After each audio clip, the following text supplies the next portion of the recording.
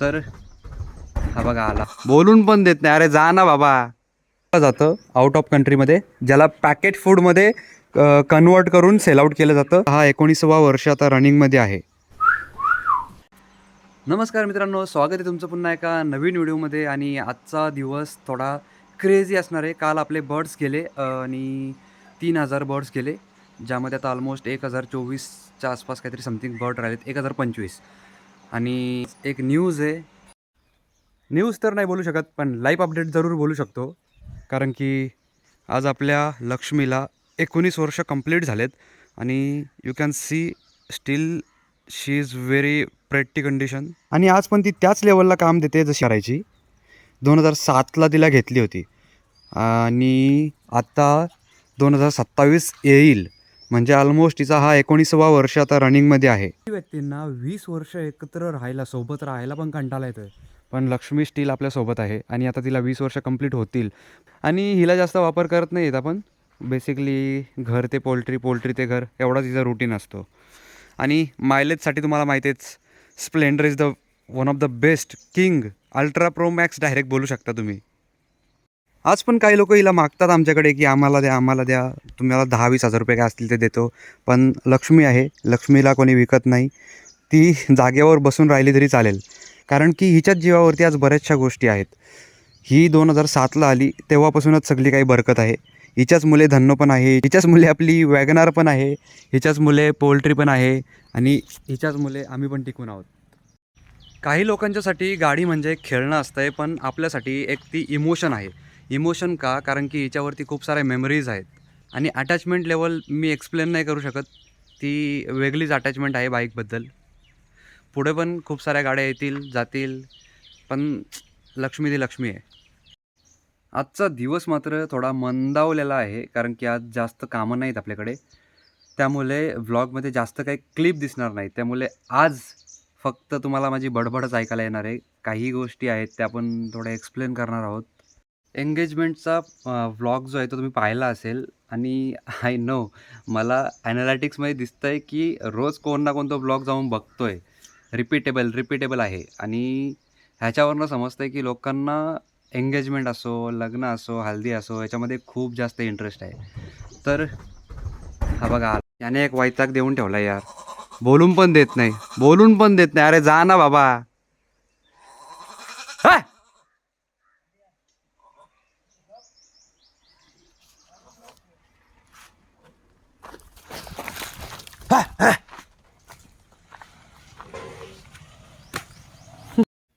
तर कुठं होतो आपण.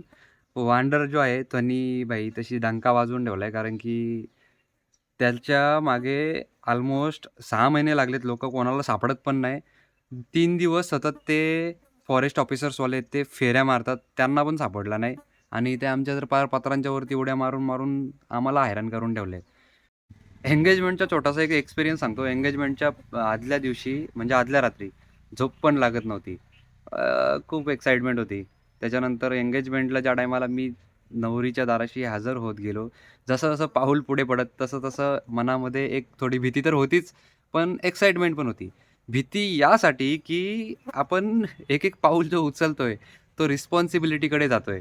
आणि एक्साइटमेंट यासाठी होती की आयुष्यात काहीतरी बदल होतोय आणि चांगल्या गोष्टी काहीतरी होत आहेत, तर त्यामुळे एक्साइटमेंट पण होती. आणि आय नो हा ब्लॉग ती पण पाहत असेल. सो जर तू पाहत असेल तर तुझ्यासाठी एक मेसेज आहे. थँक्यू सो मच खूप साऱ्या अंडरस्टँडिंगसाठी. गावाकडे भया अशा बैलगाड्या चालतात. आणि म्हणजे एक टायमिंग होता का लोकांकडे, प्रत्येकाकडे बैलगाड्या असायच्या. आणि हल्ली लिमिटेड लोकांकडेच बैलगाड्या आहेत. खूप सारे लोकांनी सुरुवात तर बैलगाडीपासून केली, पण आज ते फॉर्च्युनरमध्ये फिरतात. फॉर्च्युनरवरनं आठवलं मला की तुम्हाला माहीत नसेल तर एक फॉर्च्युनरचा खूप हाईप असते की भाई फॉर्च्युनर आहे, 55 लाख, 50 लाख, खतरनाक प्राईज आहेत. पण तुम्हाला एक मूल माहीत नसेल की एक फॉर्च्युनरची लायकी 25 लाख रुपये पण नाही आहे, 25 लाख रुपयाच्या आतमध्येच मिळते. मग तिची प्राईज एवढी का? हा परत आलाय. तर सांगतो तुम्हाला प्राईज एवढी का. कारण की एक फॉर्च्युनर जी आहे तिची लेंथ जी आहे ती गव्हर्नमेंट रूलपेक्षा थोडी एक्स्ट्रा असते. आणि 1500 सीसीचा इंजिन असतो. त्यामुळे त्याच्यावरती 28%चा GST लागतो. त्याच्यानंतर 22%चा सेस टॅक्स लागतो. ज्यामध्ये सेंट्रल गव्हर्नमेंटसुद्धा इन्व्हॉल्व असते. त्याच्यानंतर फ्यूल टॅक्स वगैरे तर आपण इन्क्लूड केले पण नाही आहे. तरी पण आपण 50% टॅक्स पकडू. तर 50% टॅक्स हा गव्हर्नमेंटला द्यावा लागतो. नॉट ओन्ली फॉर्च्युनर, पण फॉर्च्युनरच्या लेव्हलच्या जेवढ्या काही गाड्या आहेत, तेवढ्यांना 50% च्या आसपासचा आपल्याला टॅक्स पे आउट करायला लागतोय.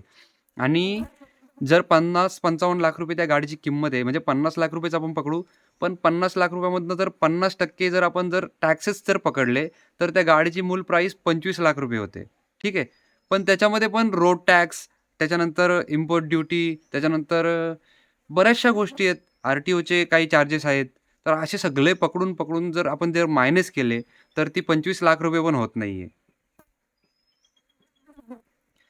आणि यामुळे लोकं त्रस्त झालेत, की आम्ही जर आमच्या कमाईचे वस्तू घ्यायला जातोय ना, वस्तू घ्यायला गेल्यानंतर आम्हाला जर निम्मं टॅक्सेस भरायला लागतात आणि टॅक्सेस तर टॅक्सेस ठीक आहे, पण टॅक्सेस भरल्यासारखे आम्हाला त्याचे आउटपुट पण मिळत नाहीयेत. मग इंडियामध्ये लोकं का थांबतील? जेवढे काही लोकं आता चांगले वेल्थ झालेत, म्हणजे कमाईमध्ये असो किंवा बाकी काही गोष्टी असो, स्ट्राँग असतील बिझनेसमध्ये, तर ते लोकं सरळ-सरळ इंडिया सोडून दुबईकडे वळत आहेत. कारण की दुबईमध्ये 6 ते 7% टॅक्सेस लागतात. तर हे 6 ते 7% जे टॅक्सेस आहेत ते भरायला लोकांना ईझी पडतो. कुठे 6 ते 7 टक्के टॅक्सेस आणि कुठे 50% टॅक्सेस. आणि ते तर सोडा, बाहेरच्या देशातून एखादी गाडी जर इम्पोर्ट करायची झाली, तर तिला 100% कस्टम ड्युटी भरायला लागते.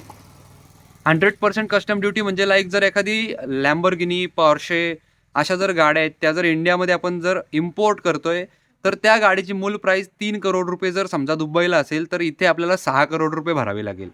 तर हे सुद्धा खूप चुकीचं आहे.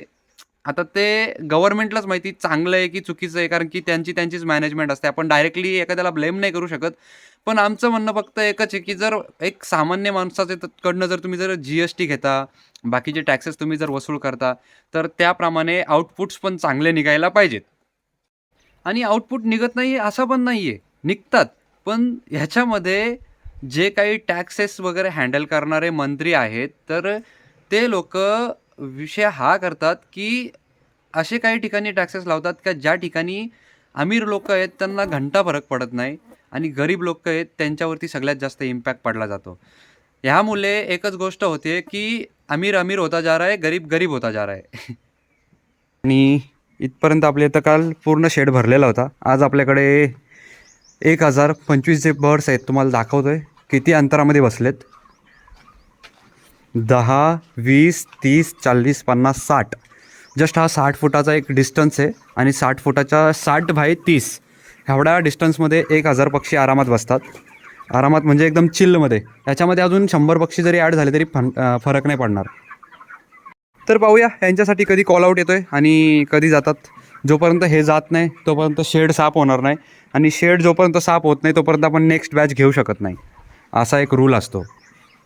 खूप सारे लोकं बोलत असतील, की एवढ्या कोंबड्या सेल आउट होत्यात तरी कुठे? कोण खातं एवढं?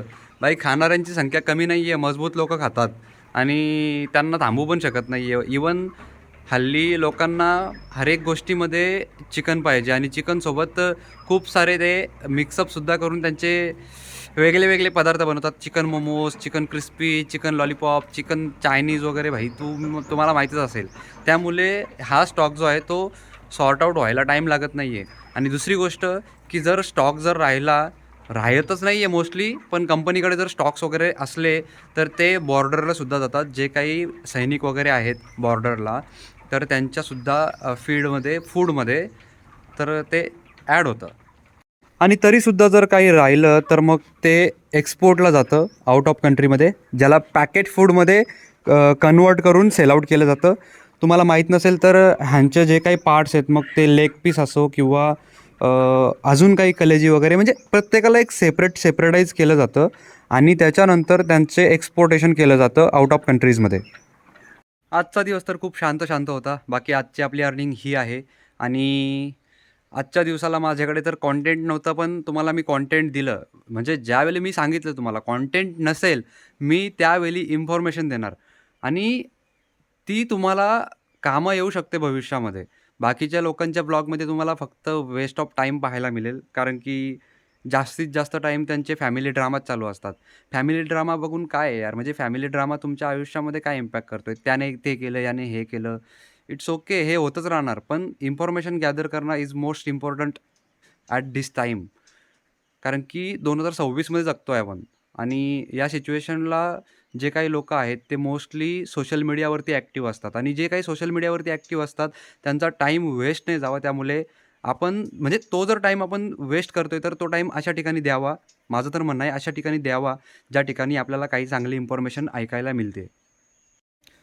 बाकी व्हिडिओ आवडली असेल तर व्हिडिओला लाईक करा आणि भेटूया नेक्स्ट व्हिडिओमध्ये. हे केस यार खूप त्रास देतात. भयंकर त्रास आहे, भयंकर. तुम्हाला कशी हेअरस्टाईल आवडते माहीत नाही, पण मी सेट करायचा ट्राय आउट करतोय. भेटूया नेक्स्ट व्हिडिओमध्ये.